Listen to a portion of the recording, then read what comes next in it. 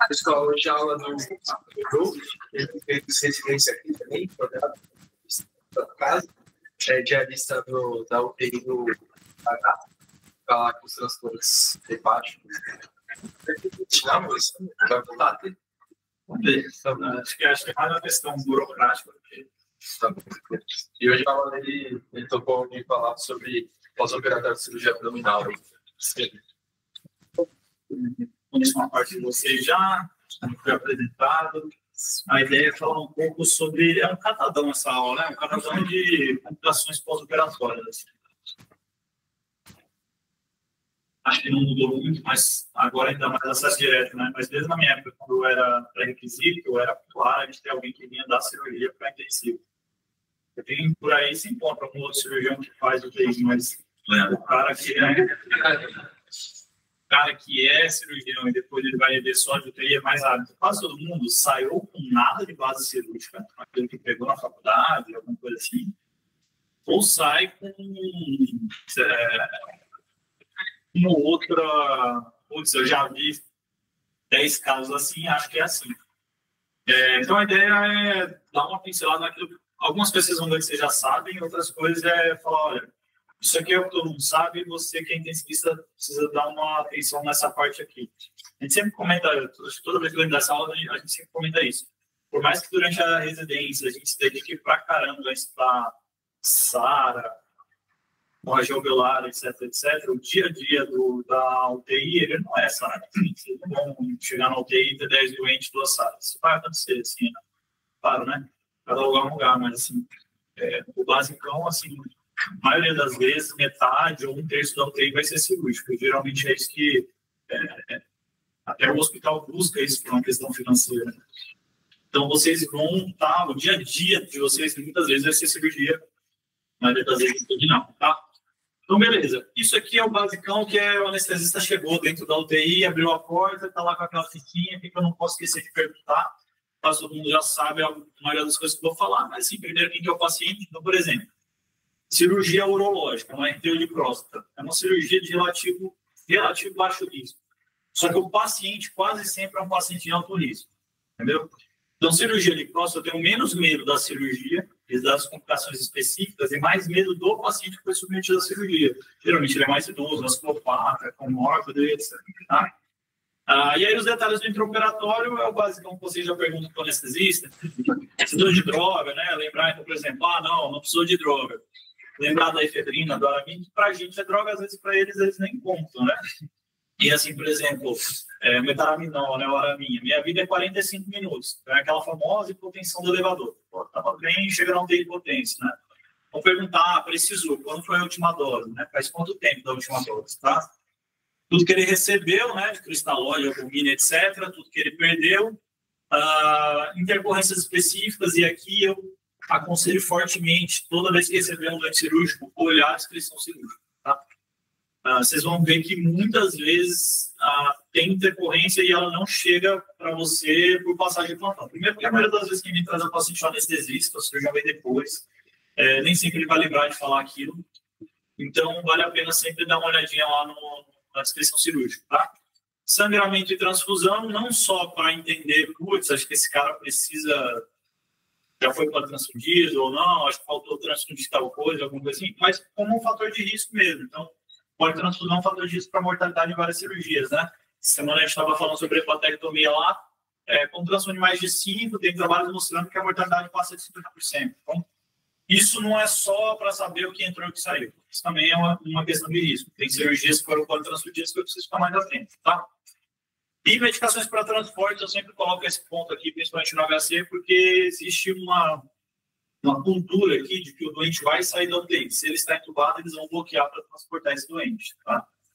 É muito comum o doente chegar na UTI, o intensivista naquela vontade de resolver as coisas logo, desliga toda a sedação, o cara acorda, ele dá um joinha, ele estuba e o cara ainda está bloqueado parcialmente. E aí ele falha na hora, né? Isso é possível, tá? A gente vai falar isso no próximo slide. Tem outra pergunta que é o seguinte: o doente chegou do centro cirúrgico agora na UTI. Eu posso fazer duas coisas com essa sedação se eu vou, né? Se o meu plano é estubar esse cara. Eu posso desligar a sedação agora, ou eu posso desmamar a sedação com um RAS de 0-2, certo? Então, esse é um trabalho que ele tentou colocar essas duas hipóteses uma contra a outra. E o que ele viu é que se você desliga na hora que o cara chega, você estuba mais rápido, tá? Vale só o adendo em relação a essa questão do bloqueador que eu falei, tá? Então, você ficar desmamando com a RAS 0-2, nem sempre você vai ficar ali do lado o tempo todo, o cara vai ficar provavelmente mais sedado do que ele precisa muitas vezes. É claro que na outra ponta, você desligou de imediato, é possível que esse cara comece a ter alguma agitação perigosa, então pode ser que você tenha algum evento adverso, tá? O bloqueio neuromuscular parcial que eu falei para vocês, então é o seguinte, né? Muitas vezes na nossa cabeça, quando a gente usa bloqueador para entubar, o que é um bloqueador na nossa cabeça? Ou o doente está bloqueado, ou ele não está bloqueado, certo? E o bloqueio neuromuscular ele não funciona dessa forma. Principalmente a reversão dele, ela vai acontecendo em porcentagens, tá? Então, você pode ter um doente 70% bloqueado, 40% bloqueado, tá? Existe um aparelho para aferir isso, que ele geralmente é utilizado no centro cirúrgico, tá? Que chama TOF, Train of Force, que ele basicamente dá um choquinho e vê o quanto que volta desse aí em termos de estímulo, tá? E aí o que se sabe é que para você estubar um paciente, ele já tem que ter revertido pelo menos 50% a 70% do bloqueio, tá? Lembra que eu falei da doente que consegue dar o joinha, você estuba e ela falha? Então, assim, o que acontece?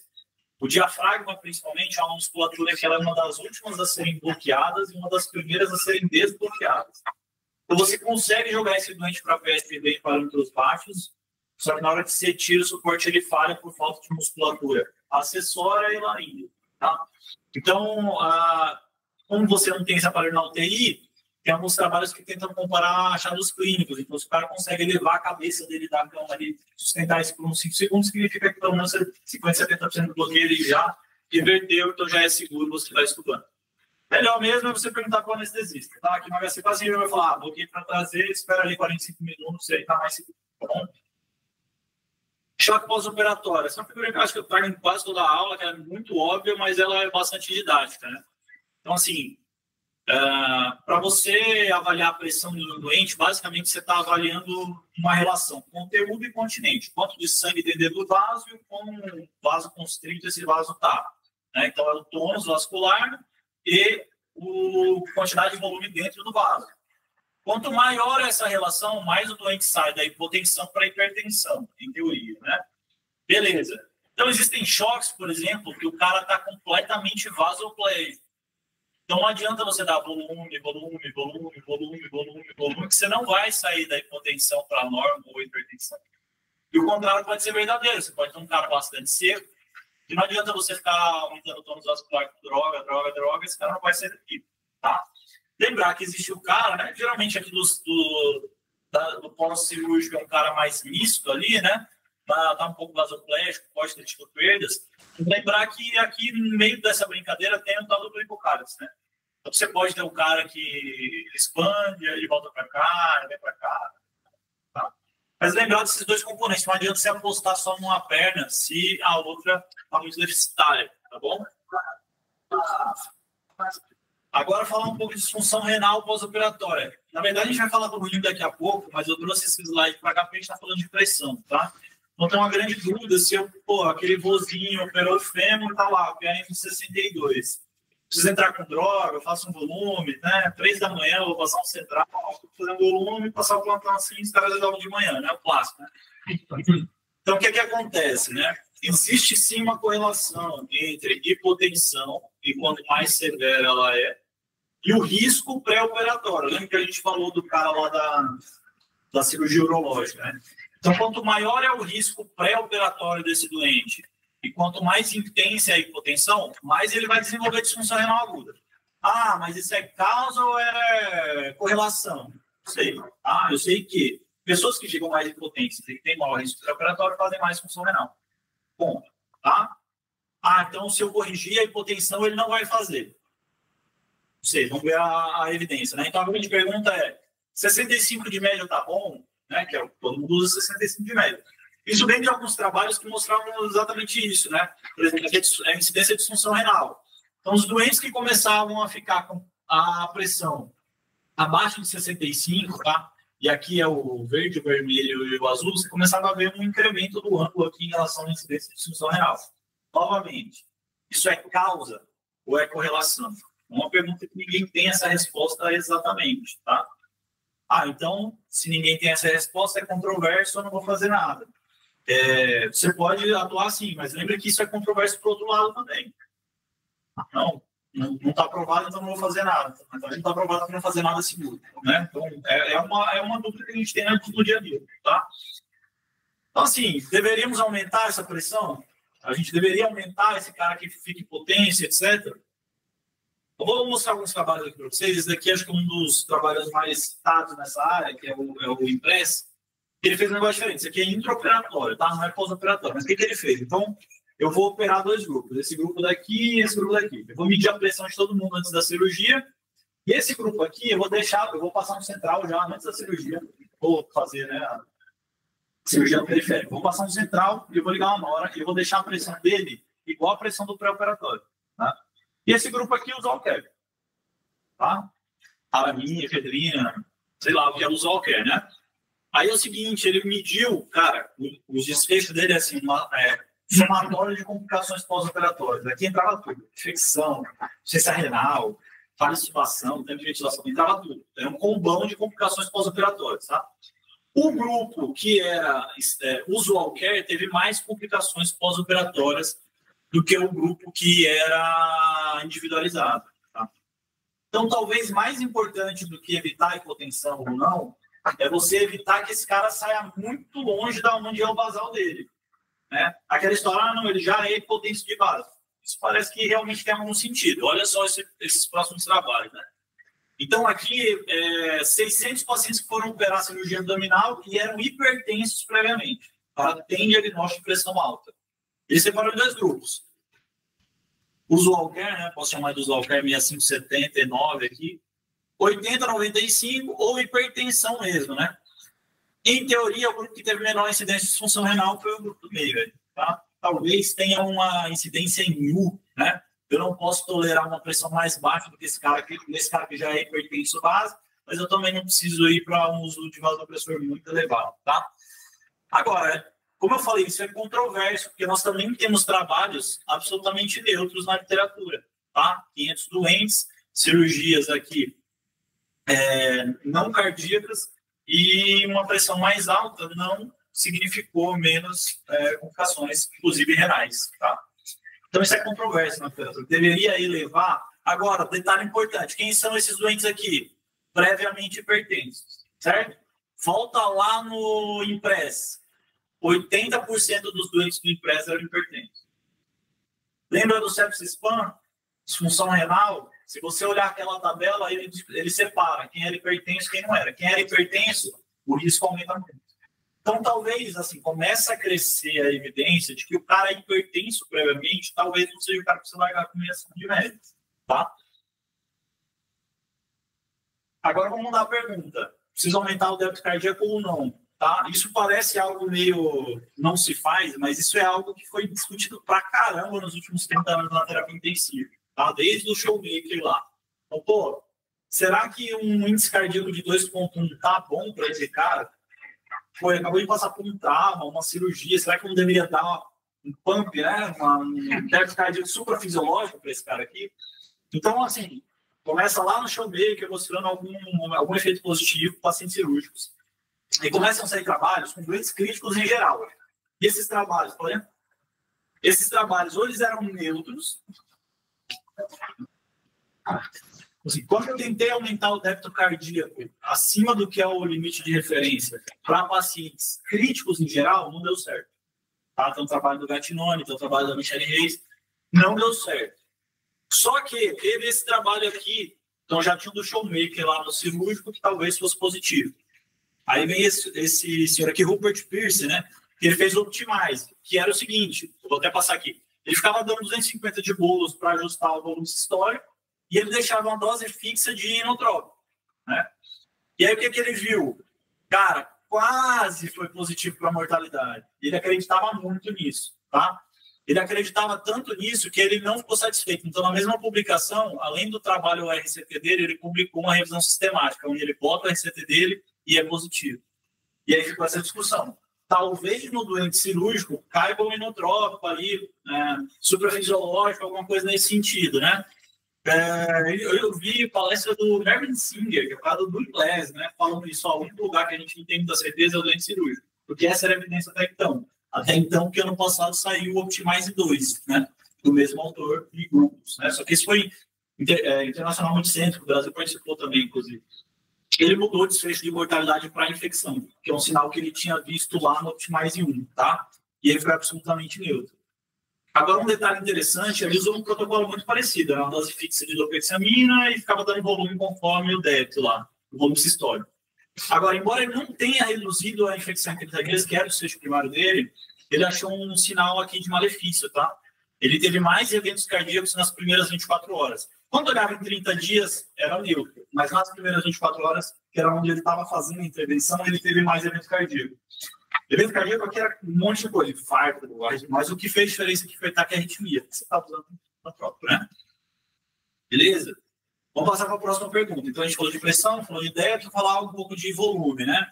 Então, quanto que eu dou de volume para essa população? Cara, é óbvio que assim, a gente tem uma série de estudos, a literatura sobre isso é bastante vasta. Vocês vão achar um tempo da terapia intensiva onde a galera começou a querer dar menos volume. Isso foi muito baseado nos estudos de SARA, né? Depois do FET, etc. e tal. E aí a gente começa a entrar numa área de tipo, talvez tudo bem eu dar menos volume na sepse. E aí os caras tentam fazer na sepse, tem diferente de mortalidade, mas talvez joga por mais tempo. Então talvez seja tudo bem eu dar menos volume na cirurgia. E aí foi quando nasceu a ideia do Relief. A hipótese dos autores do Relief é que dar menos volume era tudo bem na cirurgia abdominal. Essa é a hipótese principal deles, tá bom? Olha a diferença. Então, no intraoperatório, o grupo restritivo de volume era 1,5 litro versus 3 litros no liberal. Tá? No pós-operatório, 1,5 litro versus 2,600. Tá? Eu gosto sempre de olhar esse dado aqui, que é um dado que pouca gente avalia, tá? Ganho de peso. Porque às vezes o balanço você perde um pouco do que está acontecendo ali, tá? Mas no Relief ele dá o ganho de peso. O ganho de peso do grupo liberal foi 1,5 kg nas primeiras 24 horas, tá? Versus nada praticamente do outro grupo, ele não chegou a fazer estatística desse dado, tá? O desfecho principal é a mortalidade, e realmente não teve nenhuma diferença em mortalidade, tá? Só queria acender um alerta novamente, que talvez o grupo do mais volume ele desenvolva menos infecção de sítio cirúrgico e menos disfunção renal, com uma menor incidência de diálise. Quando ele faz o ajuste para múltiplas comparações, o que fica de verdade mesmo é que disfunção renal aguda. Então, mas é um desfecho secundário. Cara, eu sei que é um desfecho secundário, mas olha quantos doentes eles avaliaram, né? Esse é o maior trabalho de volume pós-operatório que a gente tem até agora. Vou abrir um adendo para, digamos que você seja o cara do contra-volume. Não gosta de dar volume, pós-operatório, etc, etc, etc. Vou dar um adendo para você. Parte dessa disfunção renal aguda aqui, qual é o critério que eles utilizaram? Cadigo. O que tem lá no cadigo? Diurese, primeiro quilômetro. Tá? E a diurese foi diferente. Quem recebeu mais volume teve mais diurese. Talvez parte dessa diferença de 3,5% tenha sido relacionada à diurese. Tá? Que é um critério que eu não sei se a gente deveria aplicar. Vamos falar de outras complicações. Então, gasparesia. Então, o doente operou e aí aqui no segundo pós-operatório ele está debitando 1.600 pela sonda nasogástrica. Acho que é um cenário que todo mundo já se deparou, né? Tem algumas coisas que podem ajudar nesse cenário. Então, o primeiro deles é... Isso aqui eu coloco porque... Não é que é o primeiro, é o mais importante, tá? Mas é o que o intensivista também não se liga, tá? A glicemia, ela está associada ao tempo de esvaziamento gástrico, que é uma das únicas coisas que alteram esse tempo hiperagudamente. Um cara está com 300 de décimo agora. Se você corrigir essa glicemia, o tempo de esvaziamento gástrico melhora na hora, né? Que resolve a sonda, tá? Mas ele encurta o tempo de esvaziamento gástrico em 30 minutos. Coisa rápida, tá? Evitar o uso de opioides, isso aqui serve tanto para gasparesia como para hídrico, né? O débito de sonda nasogástrica, então assim, né? O que é o clássico que vocês escutam aí nas visitas beira-leito? Até 500 está tranquilo, de 500 a 1.000 ninguém sabe o que fazer, acima de 1.000 não pode tirar sonda, né? Esse é o clássico que vocês escutam por aí. Na verdade, assim, cara, até 1 litro ali, a maioria das vezes, esse doente ele tem uma gasparesia relevante, tá? Então, depende muito, isso daqui, né, é uma conversa com o cirurgião, tá? Por quê? porque às vezes ele não quer que a anastomose, se é uma cirurgia de estômago, estenda, né? Então, tem a ideia da cirurgia da bexiga, deixar a sonda vesical. Tem gente que pensa a mesma coisa para estômago e nasogástrico, tá?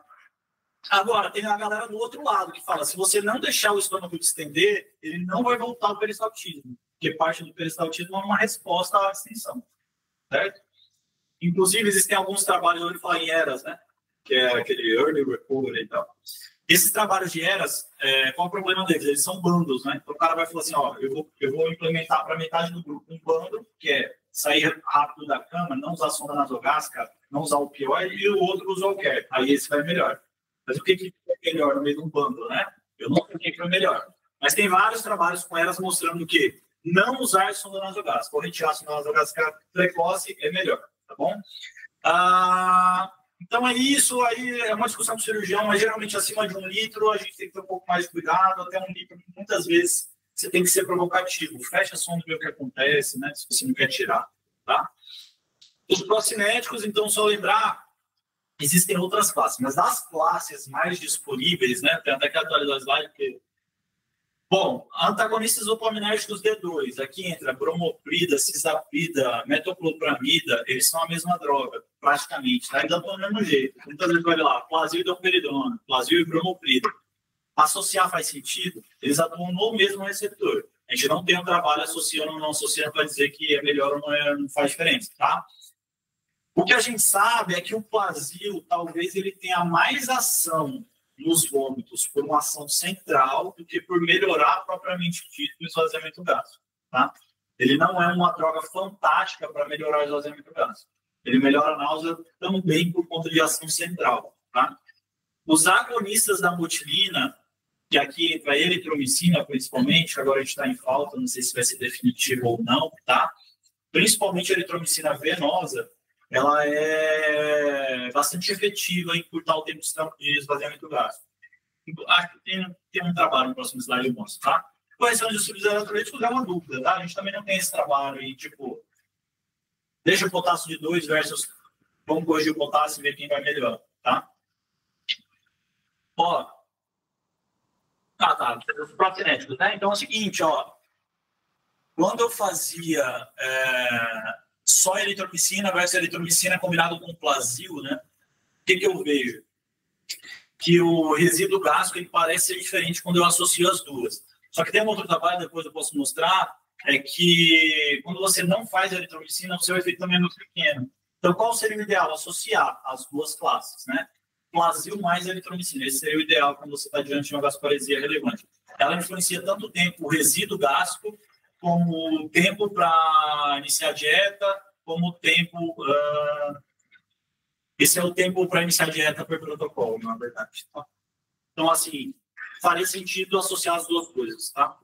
Agora, assim, parece a mesma coisa, mas a gente mudou de lugar, tá? Então, a gente estava falando de estômago, agora a gente vem para intestino. Por quê? Algumas coisas do estômago não funcionam aqui, né? Por exemplo, os procinéticos. Vou deixar um plasio para esse cara evacuar. Não só não existe evidência a favor, como a evidência que tem é neutra, tá? Então, lembrar que no pós-operatório, pela manipulação de alça, eu posso ter um nível fisiológico, digamos assim, né? Não é bem fisiológico, mas o prolongado é o que me preocupa. Acima de 5 a 6 dias, dependendo do lugar que você vai ler. Esse é o cara que eu preciso excluir uma causa secundária, uma obstrução mecânica, pensar em otimizar as medicações que eu já estou usando. Tem a questão dos distúrbios eletrolíticos, novamente, são patologias que ninguém sabe se é causa ou não. Tá? Evitar opioide, isso sim ajuda, tem bastante receptor opioide intestinal, né? A sonda nasogástrica, novamente, entra na mesma discussão, então eu tenho alguns protocolos delas que o cara evacua mais rápido quando eu não uso, quando eu uso menos tempo de sonda nasogástrica. Novamente, tem esse viés dos protocolos ERAS aí, tá? Anti-inflamatório é a mesma coisa. Então, tem um monte de protocolo ERAS mostrando que usar anti-inflamatório é melhor para gastroparesia e pós-operatório, tá? Em teoria, por que isso é melhor? Porque o cara usa menos opioide, né? Só que, novamente, eu nem consigo dizer isso porque o protocolo ERAS é um bundle. Então, o bundle que tinha anti-inflamatório foi melhor que o bundle que não tinha, tá? Café e chiclete eu mostro no próximo slide, deambulação também é duvidoso. Isso aqui é o seguinte, lembra que eu falei? Eritromicina e metoclopramida. Eu tenho dificuldade em mostrar que eles realmente atuam em melhorar o tempo de ilho, tá? eu tenho efeito o quê? Sonda nasogástrica. Mas quando eu estou falando de movimentos intestinais, tempo para eliminação de flatos, eu não consigo demonstrar isso, tá? Chiclete, né? Então, o paciente está no pós-operatório, chiclete. Cara, assim, tem 3 trabalhos, né? E eles têm muito risco de cegamento, porque, obviamente, não estamos usando placebo de chiclete. Porque se o placebo é mascado, ele é placebo, né? Ele é chiclete. O que eu consigo ver nesses trabalhos é o seguinte, né? Eu coloquei aqui em verde os trabalhos que foram positivos, ou seja, o uso do chiclete reduziu o tempo para a evacuação, né? O ilho pós-operatório, e um que foi negativo. Mas todos eles têm essa questão, não é cego, pode ter feito placebo aí, tá? Mas existe evidência sobre. E o café? Então, a questão aqui, vou dar o café para o paciente, ele vai evacuar mais cedo, né? Esse aqui é um randomizado, que eles randomizaram café contra água quente, né? Aí é o seguinte, o que eles encontraram, né? Reduzir a sonda nasogástrica mais rápido, e a eliminação de flatos também era mais rápida. Eles bateram um pouco na trave, eles não conseguiram demonstrar uma redução de tempo para a primeira evacuação, tá? Mas parece que tanto o chiclete como o café talvez tenham algum campo aí para ser utilizado sim, tá? Se engana aí. Agora eu trago esse trabalho aqui, ele é mais provocativo, tá? Eu vou dizer que é o seguinte. Com certeza vocês já ouviram falar que, pô, doente no pós-operatório tem que andar, por isso que a barriga não está funcionando, porque ele está na cama o dia inteiro. Né? Isso aí é clássico, né? O dogma máximo da cirurgia do pós-operatório. Qual a questão? Não existe evidência sobre isso, tá? Existe esse trabalho de 1990, que o cara colocou eletrodos no estômago, no intestino, etc. e tal, e o que ele viu é que não aumentava a atividade elétrica. Tá? O fato do cara estar andando. Ele até conclui que pode ser mais algo, uma percepção do que algo real, tá? Por que a gente continua indicando, então? Né? Primeiro, para não comprar briga com ninguém, mas segundo, pelo seguinte, o fato de não aumentar a atividade mioelétrica não quer dizer que não tenha um efeito gravitacional, tá? Mas eu tenho uma evidência para falar que o cara que anda mais rápido ou mais intensamente, ele vai evacuar mais cedo, eu não tenho essa evidência. Aí vem uma outra dúvida que pô, então nada funciona, tem algo que funciona, que a gente já sabe, eu não vou ter aqui para também não ficar provando óbvio para vocês, né? Não é revisão, né, do residente, né? A cidratimina funciona no pós-operatório, isso vem ali, principalmente, começa com evidências para o bio e depois vai para o pós-operatório, tá? Acho que o que é importante para vocês é que existe atualmente uma discussão se eu deveria fazer em bolos ou em bom de infusão contínua. Eu só coloquei esses dados porque eu percebo cada vez mais os residentes vindo com a fala de tipo, caramba, você vai fazer em bolos, não é melhor fazer em infusão contínua? Isso não é muito claro na literatura. Agora, tem algumas coisas, né? O grande trabalho é uma coisa retrospectiva de uns 5 anos atrás, tá? 75 doentes. Mas qual que é a questão desse trabalho? Então, primeiro, tá? Resposta inicial, né? Eu não sei exatamente o que ele chama disso. Ela foi neutra, embora com a tendência a ser melhor na infusão contínua. Mas a resposta inicial era nas primeiras 24 horas, tá? Talvez daí que venha essa confusão. Em teoria, tem algumas coisas que você precisa observar, que é o seguinte, tá? O tempo necessário para ocorrer a evacuação foi menor quando você fez em bolos, tá? Foi menor quando você fez em bolos. Por isso que, sem aumento de bradicardia, inclusive foi o contrário, tá? Por quê? Porque ele olhava a bradicardia no período da intervenção. Então, esse cara ficou exposto à anastomina por mais tempo do que esse, né? Então, quem fez infusão contínua teve mais bradicardia. É o seguinte, qual que é a grande questão? São cenários diferentes que você precisa avaliar. Eu estou num ilha pós-operatório, eu só quero que esse cara melhore o intestino distendido, etc. Talvez a infusão contínua faça sentido. Eu estou na UTI da gata, eu estou no doente com encefalopatia grau 3, que eu estou na dúvida se eu vou entubar ou não, e eu preciso que esse doente evacue agora. Eu vou fazer em bolos, tá? Fazer em bolos. Por quê? Porque eu estou buscando isso aqui. Tempo até a primeira evacuação. Tá? Aumenta muito a chance de bradicardia? Aparentemente não. Contrário. Tá? Falei que a gente ia falar do rim depois, eu não vou falar de disfunção renal pós-operatória, que é uma aula, mas eu trouxe a provocação da oligúria, que é um tema que acho que eu já trouxe na última aula, já mandei alguns artigos para vocês, que é o seguinte, é muito comum você ver um doente no pós-operatório estar urinando menos do que você acha que deveria estar. E aí vem o grande flagelo, o que eu faço com isso daí? Eu dou volume, eu não faço nada, eu dou diurético, o que eu faço com essa tal da oligúria do pós-operatório, né? Primeiro é o seguinte, isso aqui é uma subanálise do relief, aquele do mais volume e menos volume que eu comentei com vocês, né? Olha só que interessante. Não está aqui, mas... não toquei, mas assim, 32% dos doentes tiveram oligúrico. 3.000 cirurgias. Significa que 1.000 doentes ficaram oligúricos no pós-operatório. Né? Cada 3.000 cirurgias, 1.000 vão ficar oligúricos no pós-operatório. Tá? O que ele viu? A enorme maioria desses doentes não desenvolvia disfunção renal por critério cardíaco. Tá? Então, isso, assim, 25% dos doentes tocavam a creatinina. Então, de 1.000 doentes que ficam, 3.000 opera, 1.000 ficou oligúricos, 250 ficam com disfunção renal associada à creatinina. O que isso quer dizer? A oligúria não significa nada? Não, a oligúria é um marcador de risco para a disfunção renal. Mas eu tenho minha dúvida se a oligúria deveria estar lá no CADIGO 1, por exemplo, nesse cenário pós-operatório, tá? Olha lá, a correlação entre diurese e creatinina em 48 horas. Muito fraco, tá? Não tem essa correlação importante. Esse aqui é o trabalho nosso que eu mandei para vocês lá. A gente encontrou algo parecido. Só que aqui é o seguinte, a subanálise do RELIEF é o quê? Intraoperatória. Tá? Oligúria intraoperatória. Aqui eu estou falando de oligúria pós-operatória. Tá? Pós-operatória, que é o nosso cenário. Né? Quantos por cento dos 1.500 doentes? Um terço ficou oligúria. Muito parecido com o achado da subanálise do RELIEF. 34%. Né? Então, de 1.500, 500 ficaram oligúricos. Incidência de disfunção renal. Quem não tinha oligúria, 4%. Quem tinha, 12%. Você fala, porra, triplicou. Beleza, é um fator de risco para disfunção renal. Mas 90% dos oligúricos não fizeram insuficiência renal no 48 horas. Tá? Novamente, é um fator de risco para disfunção renal? É. Isso é igual à disfunção renal? Não sei.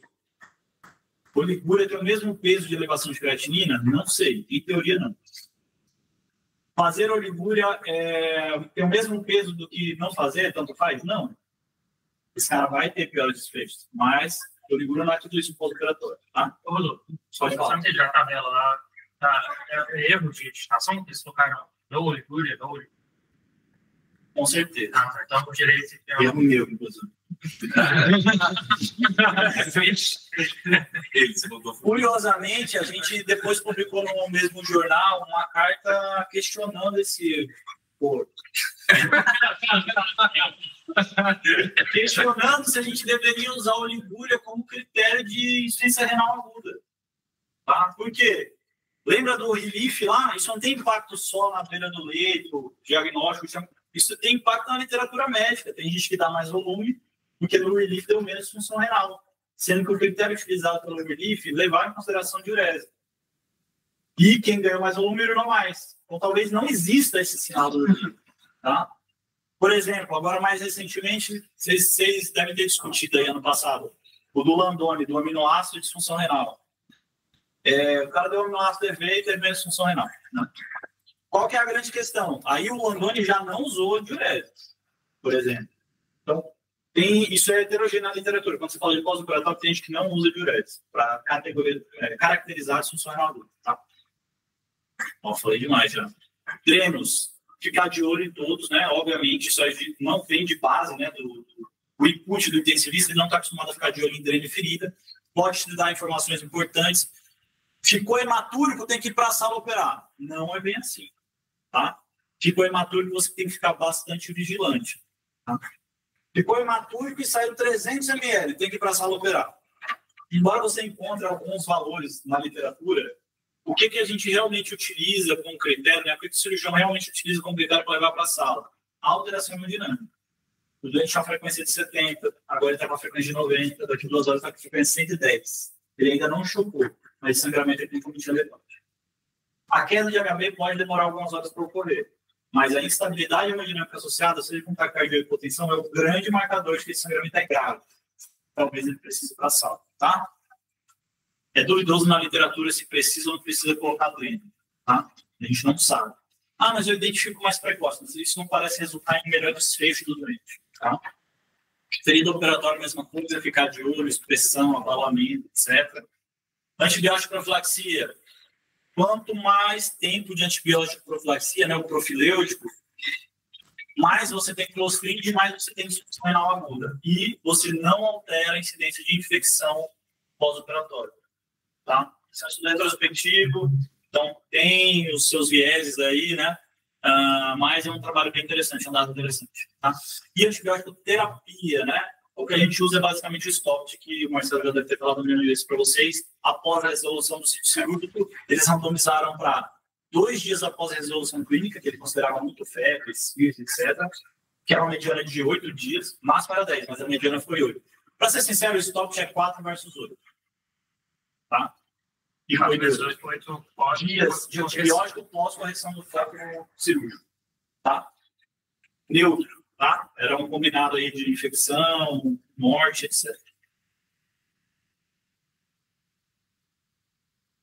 Ó, vou correr porque a gente gastou muito tempo no começo, tá?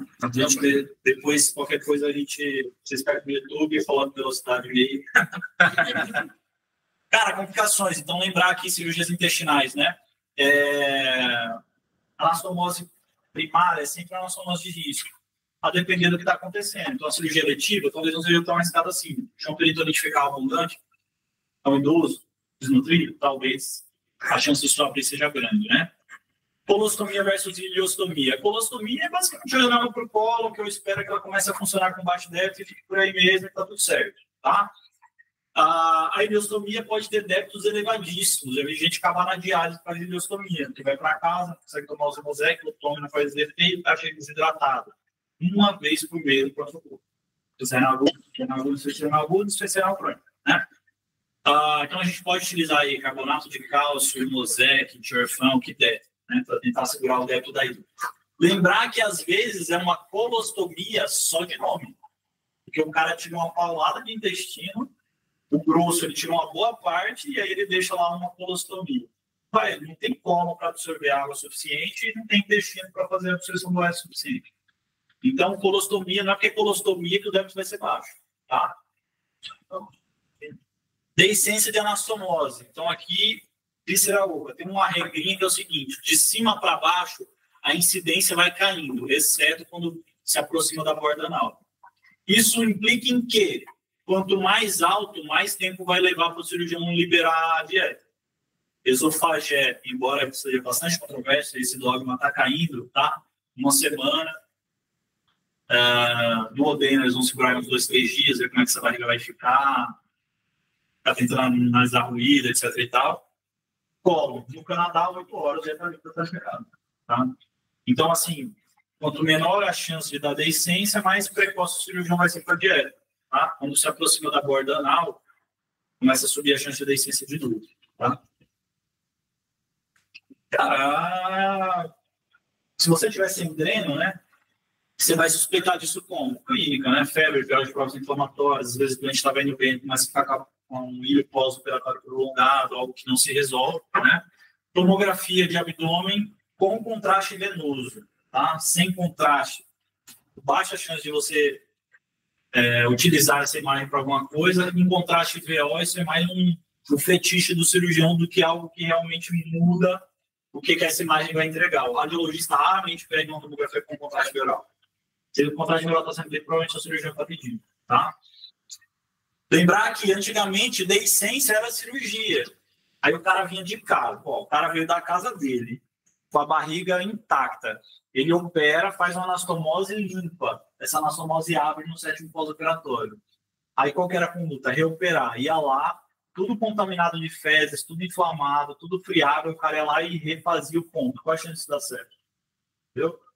Então, assim, atualmente, quanto menos invasivo é essa reabordagem, melhor. Nem sempre dá para ser menos invasivo, mas tem ganhado muito destaque tanto os tratamentos endoscópicos, quando possíveis, como a radiointervenção. Então, o cara ele não precisa estar sem deiscência. O que ele precisa estar? 2 coisas: estável e drenado. Tem uma anastomose do colo aqui, teve uma deiscência parcial. O paciente está estável e a coleção está drenada, não precisa recuperar agora. Você pode esperar, deixa a cavidade sanear, às vezes vai fechar sozinho, às vezes vai ter que reoperar. Tá? Só para quem nunca viu, o vácuo endoscópico, modalidade cada vez mais popular em diversos hospitais, inclusive no HC, nada mais é do que uma sonda nasogástrica com vácuo na ponta. Isso faz 2 coisas. A fístula vira uma fístula de débito zero, certo?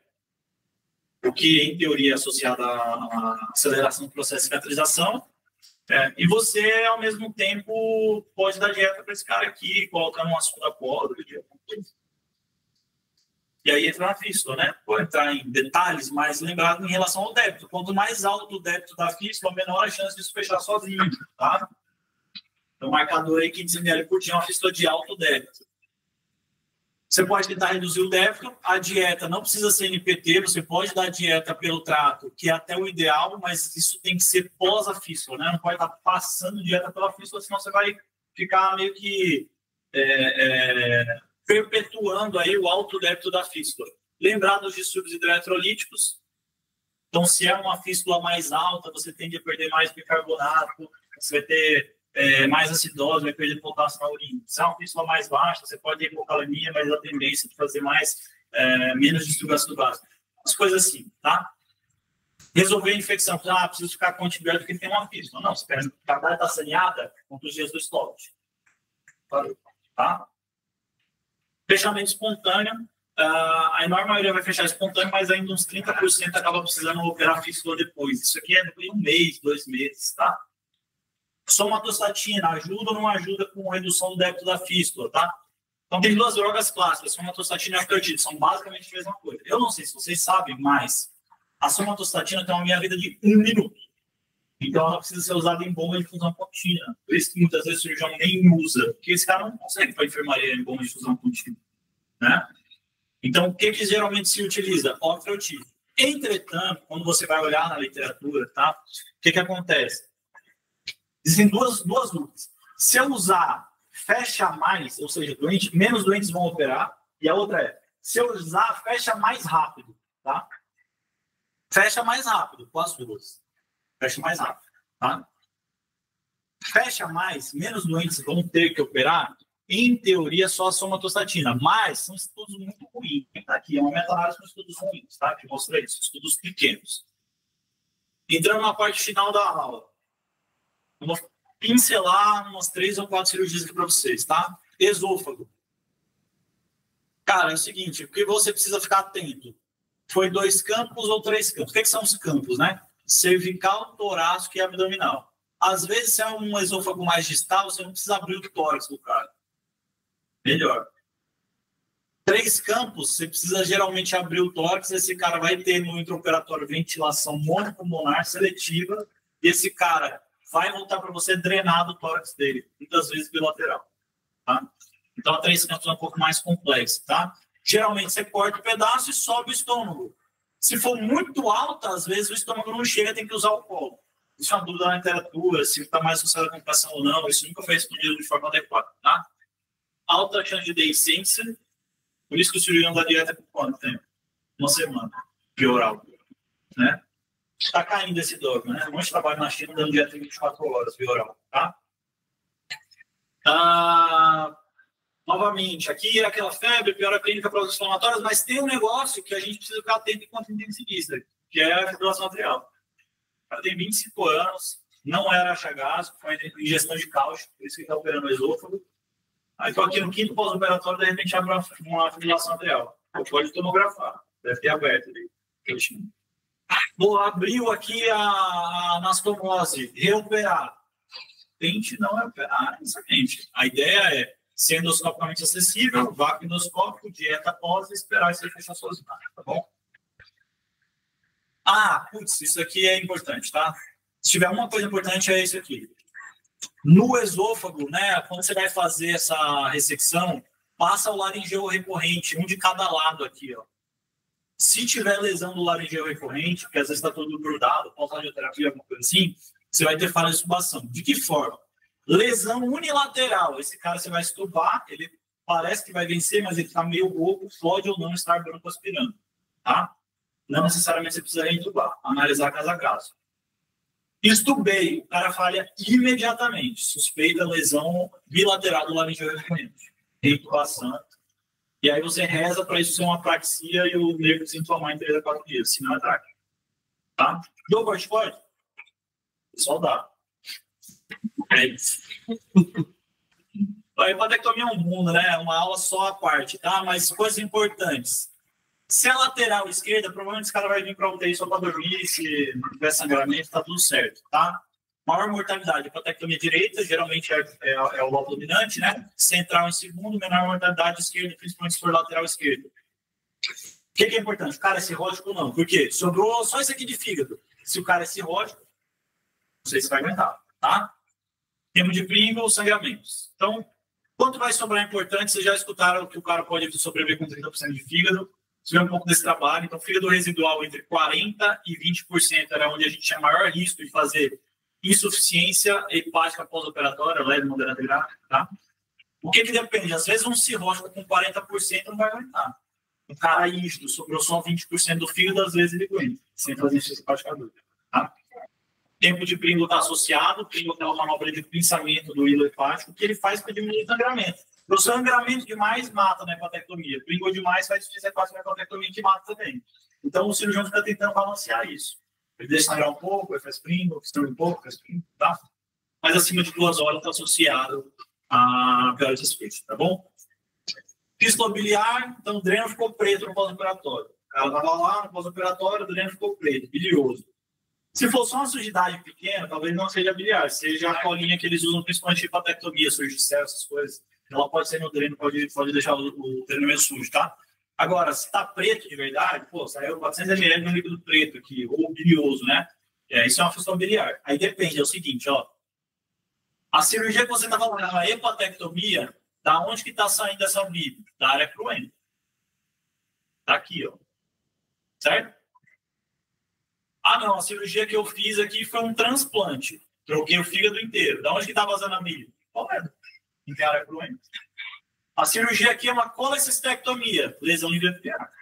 Eu não tenho área cruenta do pai. Por que isso é importante? Hepatectomia provavelmente está vindo da área cruenta, conduta conservadora. Transplante colecistéia provavelmente está vindo da via biliar. Conduta não tende a ser conservadora. Tá? Tá acabando, gente. Pancreatectomia. Existem 2 mundos na pancreatectomia. Depende se é a pancreatectomia da cabeça ou corpo caudal. Corpo caudal complica menos, tá? Antigamente sempre tirava junto com o baço. Atualmente se sabe que se preservar o baço, esse cara tem menos infecções no pós-operatório, tá? Talvez tenha realmente o baço alguma função aí. Qual é a questão? Para fazer essa preservação do baço, aumenta o tempo cirúrgico, o cirurgião tem que querer. Ele tem que querer preservar o baço, tá? Então, só para vocês saberem. Você pode ter um pouquinho de fístula, mas é mais raro você ter fístula relevante aqui. O fluxo vai vir para cá, né? Agora, quando você tira a cabeça, aí é um problema. Porque a chance de fazer fístula é maior. Essa fístula, líquido pancreático, corrói os vasos dali, forma pseudoneurisma, sangue, os caras morrem e deixam a hemorrágica em fístula pancreática. Então, o que eu preciso saber de fístula pancreática? Você tem que fazer o diagnóstico e esse cara tem que estar drenado. Não é reópio também. Tem que estar drenado, tá? O sangramento é tão importante que se ele ocorre depois de 24 a 48 horas, ele tem que tomografar. O dreno ficou hemático, 3º dia de uma GDP. Tem que tomografar, tá? O sangramento de sentinela ocorre no terço dos casos. Esse cara, se ele sangrar, acho que ele morrer muito grande. Porque geralmente é um vaso de grande calibre que está sendo corroído ali. Tá? A maioria das mortes está relacionada a isso. Como é que eu faço esse diagnóstico? Não sei se vocês já viram o seguinte cenário. Chegou uma GDP, o cirurgião pede lá, amilase do dreno. Já viram isso, né? Essa amilase do dreno da chegada ou do primeiro pós-operatório, ela não faz diagnóstico de fístula pancreática. Ah, então o cirurgião não sabe, ele está pedindo para quê? Ele sabe. Por que ele está pedindo? Porque se ela vier agora, imediatamente depois da cirurgia, o primeiro PO, maior do que 5.000, amilase maior do que 5.000 no primeiro PO, ela é um grande preditor de que vai ter fístula. Mas o diagnóstico você só pode fazer o 3º dia de pós-operatório. 3 vezes no limite superior da normalidade, fístula pancreática, tá? Uso somatostatina, octreotide, é meio parecido com a discussão que a gente já teve, tá? Geralmente a gente faz um teste terapêutico. Caiu mais de 50% do dreno, deixa. Bom? Dieta, pode dar dieta. Desde que o doente tolere. Última cirurgia que eu vou falar para vocês, bariátrica. Então é o seguinte, antigamente isso aqui chegou a ser a 2ª cirurgia mais realizada no mundo, tá? Até poucos anos atrás ainda era, não sei, eu acho que não é mais, por conta das medicações, né? Então é o seguinte, antigamente a gente tinha várias formas, principalmente as absortivas variavam bastante, mas isso mudou. Recentemente a gente basicamente só tem 2 tipos de bariátrica sendo feito, tá? Ou é um bypass em função de Roux, ou capela, né? O clássico, né? Vai ter variações, tá? Ou a gastrectomia vertical. Aí olha essa figura aqui, ó. Tá vendo a gastrectomia vertical? Tá vendo o bypass?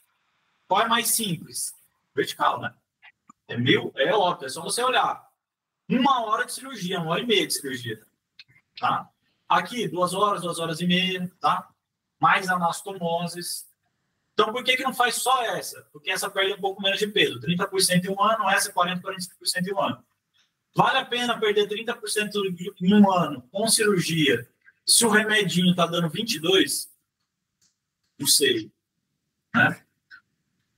Então, essa aqui geralmente fica para quem? Pacientes comórbidos que precisam perder peso muito rápido. Tá? Então, sei lá, o cara tem insuficiência cardíaca e pesa 150 quilos. Esse aqui é rápido, mas esse cara não vai tolerar, vou fazer uma cirurgia rápida aqui só para desligue.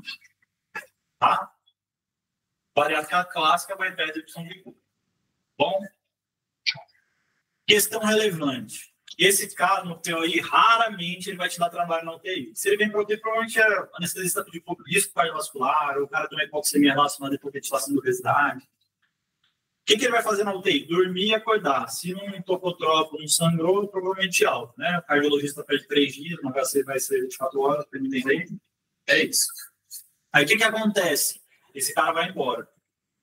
Daqui 1 semana, o cirurgião volta pedindo vaga porque ele está complicando na enfermaria. Qual que é a suspeita de cirurgião? TEP. Qual é o diagnóstico? 3 cis.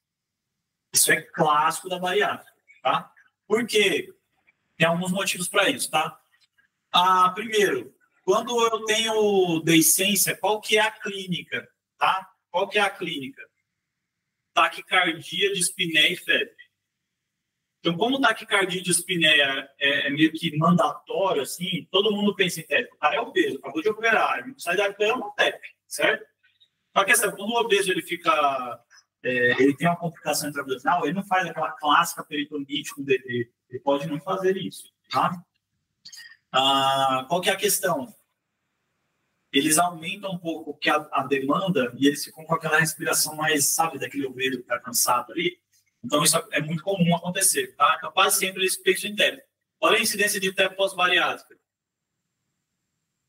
Ela é baixa, tá? Mas mesmo ela sendo baixa, o que a gente vê é que na primeira semana ela é quase inexistente, tá?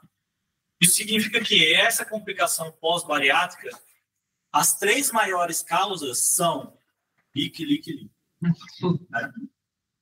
Quem que mandou esse aqui foi o Leandro. Mas isso aqui, cara, isso aqui é verdade. Eu já vi isso acontece várias vezes por ano aqui no HC. Não é que o cara não sabe. Isso é, você tem um obeso que não sai da cama, acabou de operar, no 5º dia ele fica ataque espineico, todo mundo vai descer para fazer uma um protocolo técnico. Por que eu sempre falo isso? Porque toda vez que eles vão pedir a vaga primeiro, ele está aguardando a toma. Aí eu peço, complementa com barriga com contraste. Aí já contrasta o tórax com barriga. Quase sempre é o quê? Bom? Show? Dúvidas? Rodolfo, tem alguns estudos que usam o PCR para fazer diagnóstico para deficiência respiratória. Em geral, não é negativo. Você acha que isso, nesse caso, se usaria o PCR? Cara, assim, depende um pouco da população, eu acho, assim, porque eu, por exemplo, não gosto de pedir PCR pós-operatório. Ele sobe. Todo mundo vai subir. Entendeu? Não, mas aí estava na curva de queda e de repente o cara subiu. É uma peça a mais. PCR subir de forma isolada, não. PCR subiu, o cara está febril, pior de leuco, e o cara está com ilho pós-operatório prolongado, a barriga não está legal. Pô, então tomografar esse cara. Eu acho que é um conjunto, né? Acho que usar só um valor para ele, eu não iria atrás. Mas realmente, assim, se o cara está tudo em melhora, aí, lá para o 5º, 7º dia, as coisas começam a piorar, está acontecendo. Aí eu acho que o PCR ajuda no contexto de peças de um quebra-cabeça, sabe? O problema é que para isso geralmente você precisa da curva. Meus 2, 3 dias eu não peço. cada gene, assim, se isso aumenta a acurácia diagnóstica, acho que eu vou provar. Por exemplo, fístula pancreática. Tem um RCT mostrando que se o cara começa a ficar meio estranho ali do 5º para o 7º dia, meio estranho, febre ou piora de provas inflamatórias, se você é agressivo para fazer o diagnóstico, ou seja, você pega esse cara meio estranho e já desce para tomar, isso diminui mortalidade. Porque fístula pancreática é o que mata as pessoas geralmente. Não é que a fístula pancreática vai matar todo mundo. A maioria vai ser bem. Vai ficar semanas no hospital, certo? Mas quem morre pós-pancreatectomia geralmente é quem fez fístula pancreática, né? Então, você ficar demorando nesse diagnóstico, fica aquele caldo de enzimas pancreáticas dentro do território do cara, dando uma...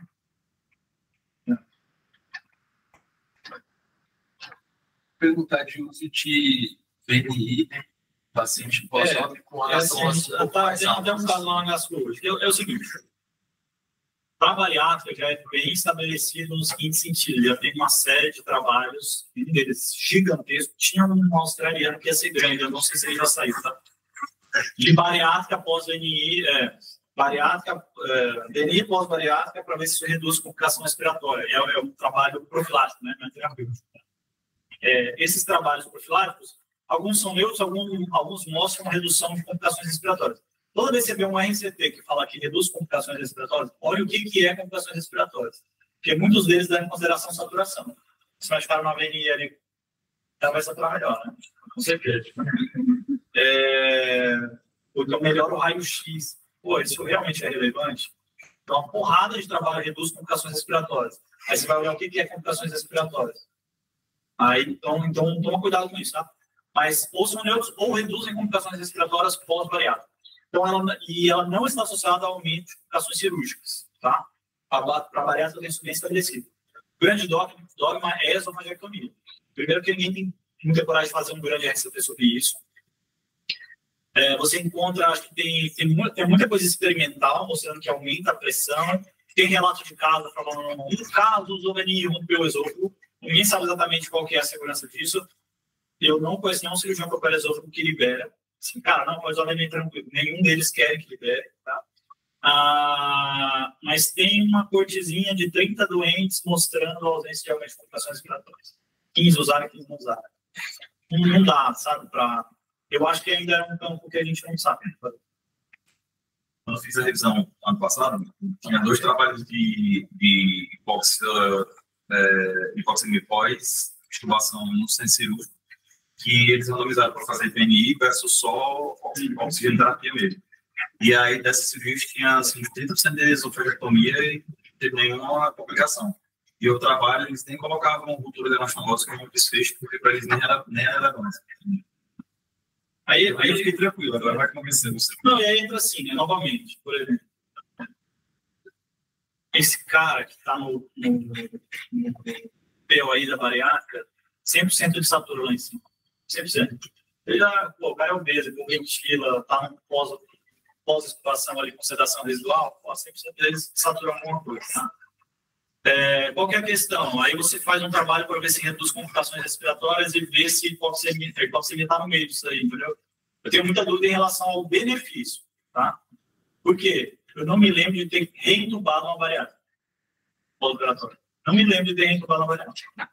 Então, tipo, fazer profilático faz sentido? Aí agora não, estou usando para resgatar. Você está fazendo disfunção respiratória pós-bariátrica. Isso me incomoda um pouco, sabe? Mas, ok, novamente, para bariátrica é bastante seguro. Para esôfago, você acha alguma coisinha, uma dúvida o tanto que realmente o N é relevante. Mas tem alguns caras tentando ver isso, assim, mas não de forma relevante. Eu não acho que isso vai mudar nos próximos anos. Primeiro que, assim, uma coisa é você saber que talvez seja seguro. Outra coisa é você colocar 15% vai ter deiscência. Isso vai cair no seu colo. Os caras não têm usado ele. Foi anastomose, entendeu? Vai cair no seu colo. Desculpa, eu ia falar um negócio que eu esqueci, é importante, tá? Toda vez que eu falo de deiscência de anastomose, existem 2 tipos de deiscência. Tá? O senhor não sabe disso, está no livro deles. Tá? A deiscência precoce, que é aquela que ocorre nas primeiras 48 horas. Alguns deles colocam até 5 dias, é culpa do ato operatório. A anastomose não ficou boa. Ou ele lesionou uma alça, alguma coisa aconteceu no intraoperatório. Tá? Por isso que é até comum, às vezes, o cirurgião não quer tomar um gravado precoce. Após o quinto dia, é a tal da deiscência clássica. O que é a deiscência clássica? Ah, porra, também o cara era desnutrido, tomava corticoide, diabético. Já ouviram falar dos fatores de risco para deiscência, tá? O cara pode ser o pior doente possível. Não é para fazer deiscência precoce. Não é para abrir os pontos em 48 horas. Tá? Porque tem um ponto lá. Eu segurando a sonora, tá? Então, deiscência precoce, em teoria, implica em alguma complicação operatória. Não necessariamente anastomose mal feita ou muito intencionada. Pode ser simplesmente, ou muito espaçada, né? Pode ser simplesmente uma lesão térmica inadvertida de alça, né? Curva de aprendizado de robô, curva de aprendizado de vídeo, isso acontece. Tá? Márcio. Eu ia perguntar, é muito dia a dia, assim, o paciente que a gente coagula, e eu não lembro de cabecinha de ter procurado evidência, tipo, o timing do retorno de coagulação talvez seja difícil de se estudar. O que você... Cara, a resposta mais básica possível é risco-benefício. Isso está em todos os cenários, todo guideline, só avalia o risco-benefício. Começa a sair algumas coisas, vocês viram que recentemente agora com a AVCI, né? Estudo grande, AVCI, a anticoagulação voltava com 3 dias, outros com 10, alguma coisa assim, e não teve aumento de sangramento. Cara, eu acho que assim, tudo depende de risco-benefício. Então, por exemplo, geralmente a gente leva em consideração 12 horas para iniciar a heparina profilática. O cara não está sangrando relevantemente, 12 horas começa a heparina profilática. O cara ficou bem depois de 24, às vezes 48 horas, eu acho que já é seguro você avaliar o retorno da anticoagulação plena. A maioria dos sangramentos pós-operatórios vão ocorrer nas primeiras 24 horas, tá? Mas eu tenho dificuldade em encontrar o cara que não pode ficar sem anticoagulação 24 horas. O que esse cara tem que ele não pode ficar sem anticoagulado 24 horas, sabe? Aí é risco-benefício, é por isso que eles falam, avaliar risco-benefício. Dificilmente a gente retorna primeiro em 24 horas, entre 24 e 48 é a hora de você ficar pesando esse risco-benefício, depois de 48 horas eu vejo pouco a necessidade de você ficar segurando.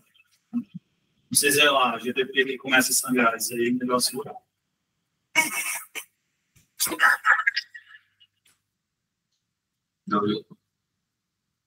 Beleza? Vai ficar gravado, aí depois vocês picotem, acho que...